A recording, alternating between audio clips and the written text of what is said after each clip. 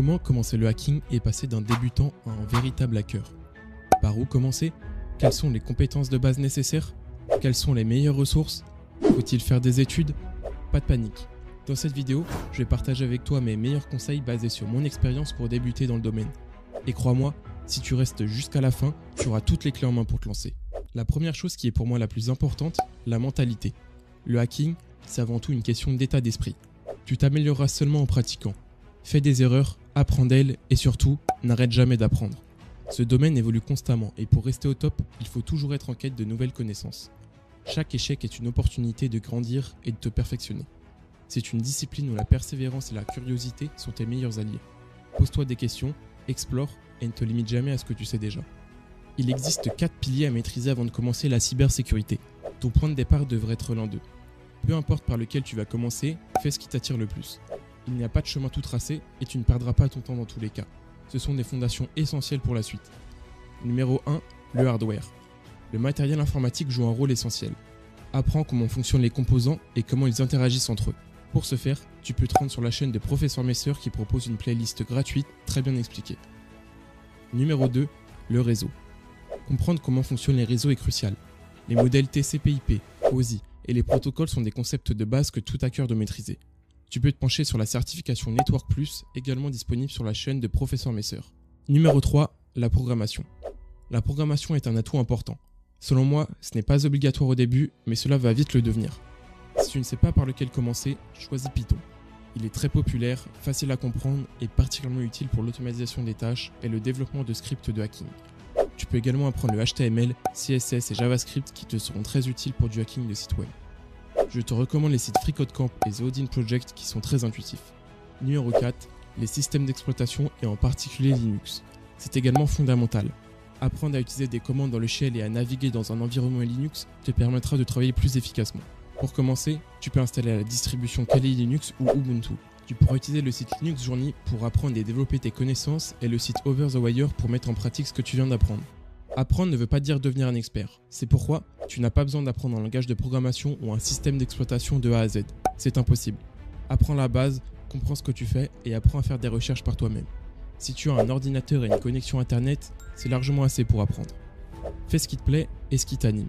Pour ma part, j'ai commencé avec les bases du réseau en apprenant comment les données étaient échangées entre deux ordinateurs et les protocoles utilisés. J'ai ensuite téléchargé l'environnement Kali Linux pour pouvoir tester l'outil Nmap et obtenir plein d'informations sur l'adresse IP, et l'outil Wireshark pour voir les données échangées sur les réseaux.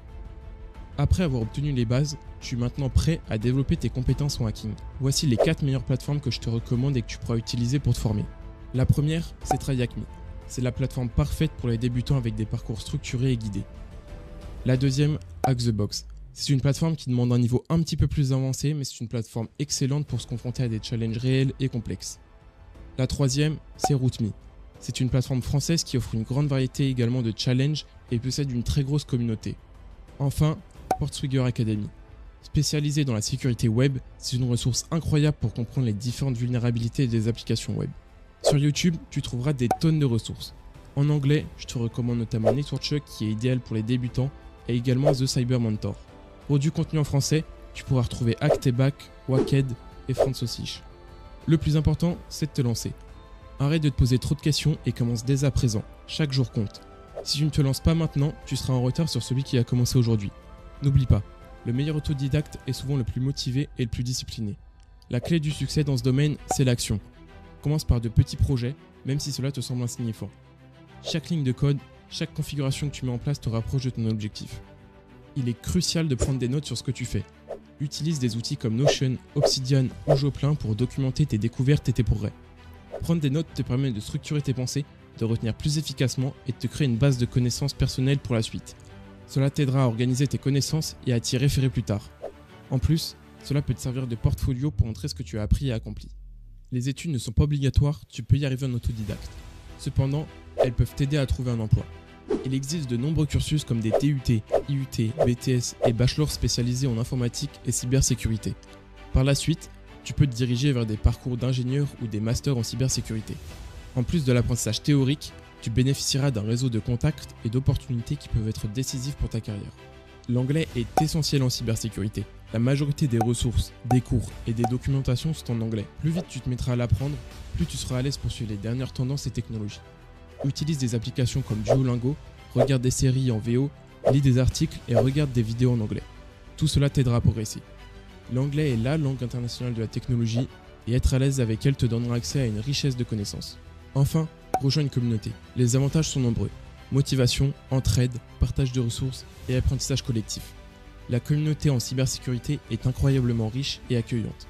Que ce soit sur des forums, des groupes Discord, des événements en ligne ou des meet-up, être entouré d'autres passionnés te permettra d'apprendre plus vite, de rester motivé et de trouver des solutions à tes problèmes. La force du collectif ne doit pas être sous-estimée. La cybersécurité est un voyage, pas une destination. Si tu te sens perdu, c'est normal. Tu peux y arriver.